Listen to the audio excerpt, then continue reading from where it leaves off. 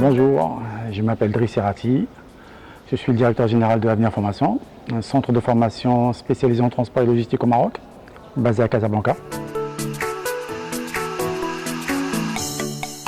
J'ai passé l'ensemble de ma vie en France, plus de 40 ans. J'ai démarré comme opérateur logistique, j'ai démarré comme cariste.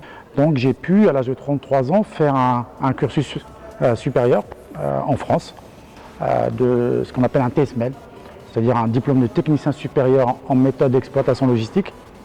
Et donc, voilà, une fois que je l'ai obtenu, j'ai fait aussi une formation de formateur. Et quand j'ai rassemblé les deux, j'ai commencé à penser à comment rentrer au Maroc et comment faire évoluer ce travail-là ici dans mon pays. Alors, quand je suis rentré au Maroc, donc j'ai démarré comme consultant. J'ai travaillé pour différents cabinets qui avaient besoin de mes services. Par la suite, j'ai compris que n'ayant pas de centre de formation au Maroc, c'était ça l'avenir, pour deux raisons. Un, parce que ça permettait de ne pas être dérangé pendant les formations. J'ai remarqué que beaucoup de fois dans les entreprises, quand nous formions le personnel, très souvent l'entreprise avait besoin de ce personnel-là pendant la formation. Donc, et de plus, nous avons remarqué qu'il y avait beaucoup de gens, des particuliers, qui désiraient se former pour pouvoir trouver du travail. D'accord ? Et donc voilà, l'objectif de monter un centre de formation est entré dans ma tête. Malheureusement, n'ayant pas de cahier des charges au Maroc concernant la formation professionnelle, ni quel type d'établissement, ni quels sont les moyens, etc., j'ai démarré, en fin de compte, on a fait un copier-coller d'un centre de formation que j'ai géré en France.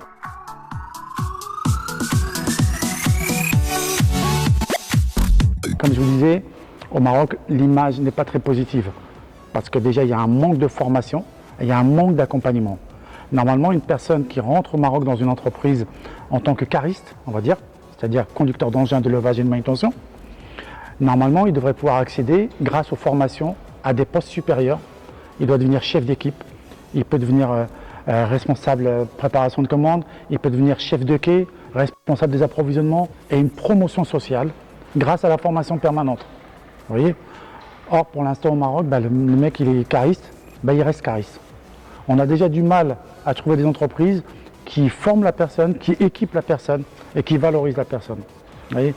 Un chauffeur poids lourd au Maroc qui fait du transport routier international va démarrer sa carrière à 7000 dirhams de salaire et 500 dirhams par jour de frais d'indemnité.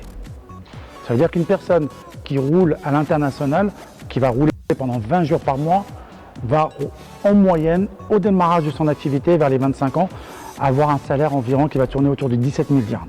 Malgré que le conducteur professionnel qui va rouler dans les 48 pays signataires européens avec parfois de la matière dangereuse parce qu'on l'aura certifié grâce à une formation qui s'appelle l'ADR, qui certifie la personne à pouvoir rouler avec de la matière dangereuse dans toute l'Europe. Malgré que son chargement peut valoir plusieurs millions de dirhams, le camion vaut plusieurs millions, et que ce monsieur représente le Maroc à l'international, au Maroc, on continuera à l'appeler le chiffre.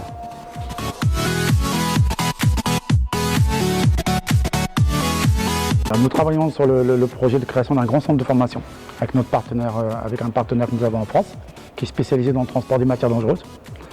Ce centre permettra de rayonner au niveau africain, surtout en Afrique de l'Ouest, pour pouvoir accueillir les chauffeurs de la CEDEAO, de toute l'Afrique francophone, qui ne peuvent pas aller en France pour des problèmes de visa et des problèmes de coûts, et qui pourront venir au Maroc et avoir la certification internationale au Maroc, chez nous.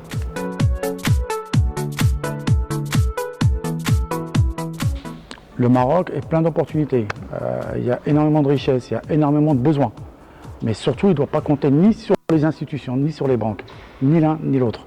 Les banques vont vous demander tellement de garanties que vous n'avez pas, donc la personne doit compter sur lui et sur sa force.